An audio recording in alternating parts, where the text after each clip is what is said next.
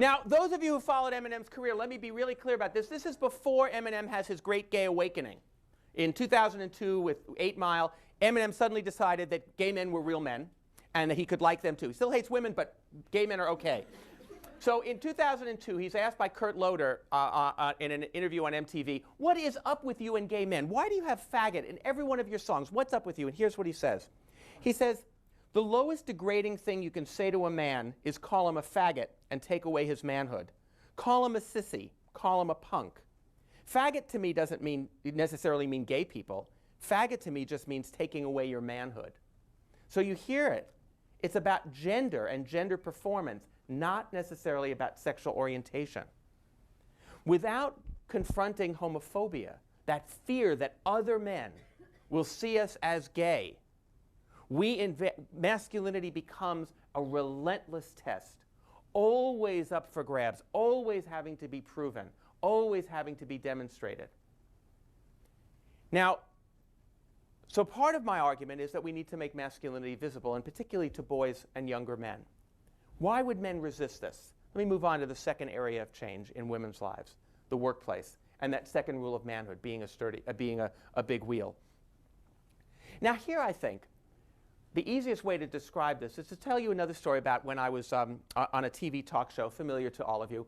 I was on a TV talk show where opposite 4 what you might call angry white men.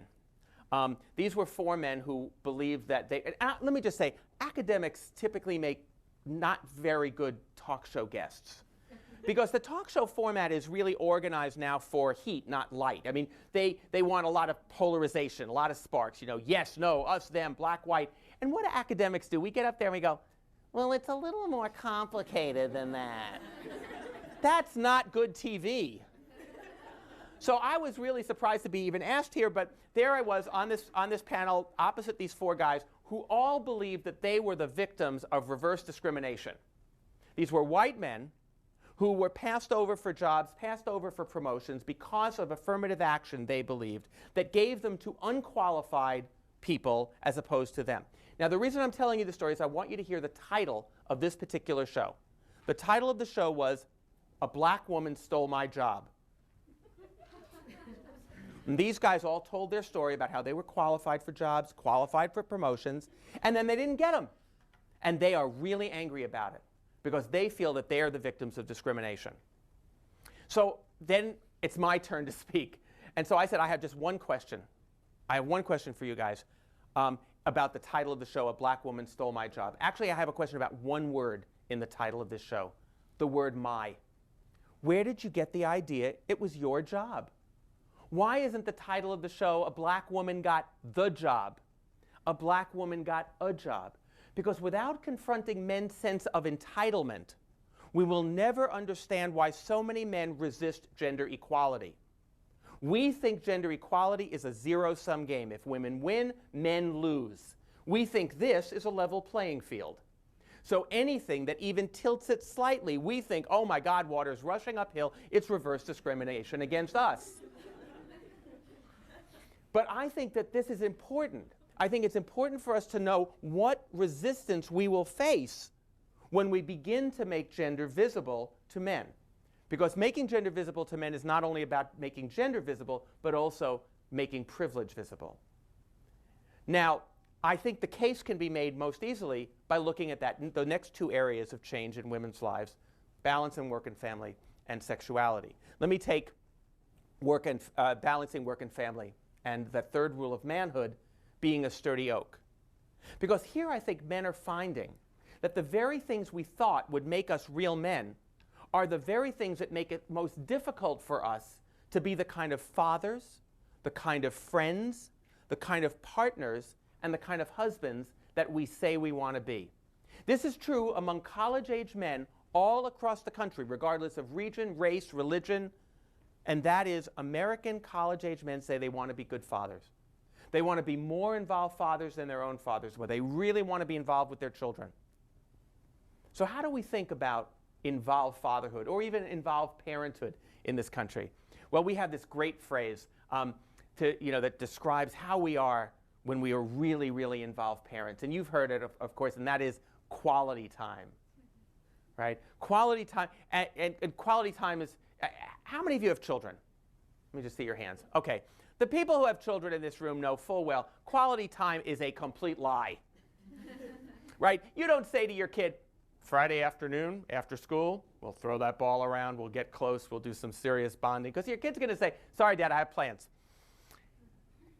I don't believe in quality time. Those moments of intimacy, you don't schedule them, you know?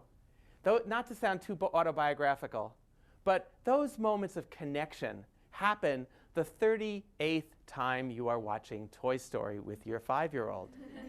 And he nuzzles into you and he says, oh, Daddy, this is so much fun. I love you so much.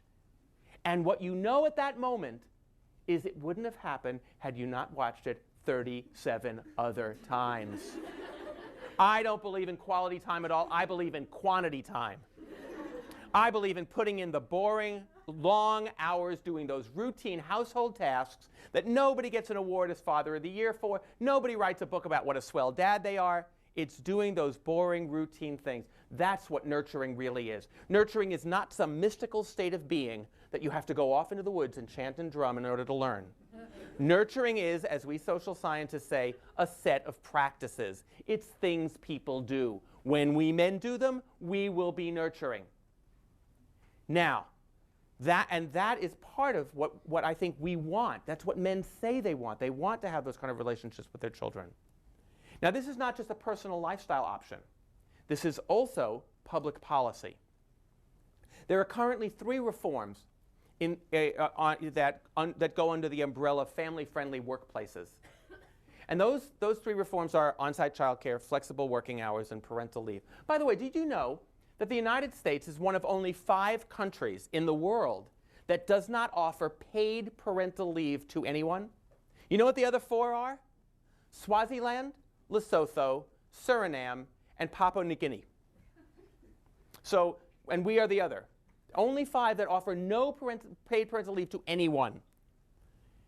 So those 3 reforms, how do we think of them? How do we think of flex time? How do we think of on-site childcare? How do we think of parental leave? We think of them as women's issues, right? They're not women's issues. They're parents' issues. When men start identifying publicly as parents, we will say publicly in our workplaces, I want on-site childcare so I can organize my time around my kid. I want flexible working hours so I can work this out with my partner.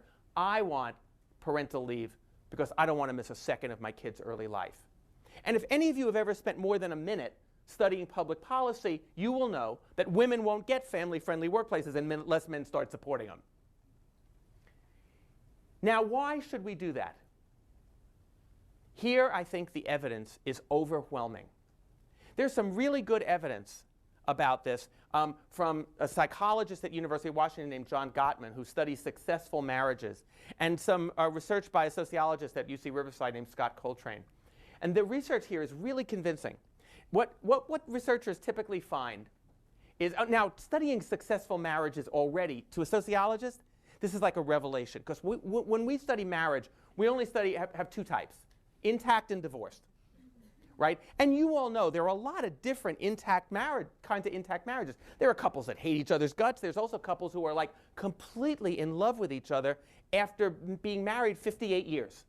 And you think, you know, you see them sitting in a restaurant just sort of gazing lovingly at each other. You see them like holding hands, walking through the park, and you think, as anyone would, how did they do it? What makes a successful marriage succeed? What makes a thriving marriage thrive? How do they do it? Well, here's what the research seems to suggest. It seems to suggest that Americans have one of 2 models of marriage in their heads. One marriage is called the passion and romance model, and the other is the friendship-partnership model. Guess which one's last? Friendship-partnership. Now think for a minute with me about what the politics of passion are versus the politics of friendship. The politics of passion are about powerlessness.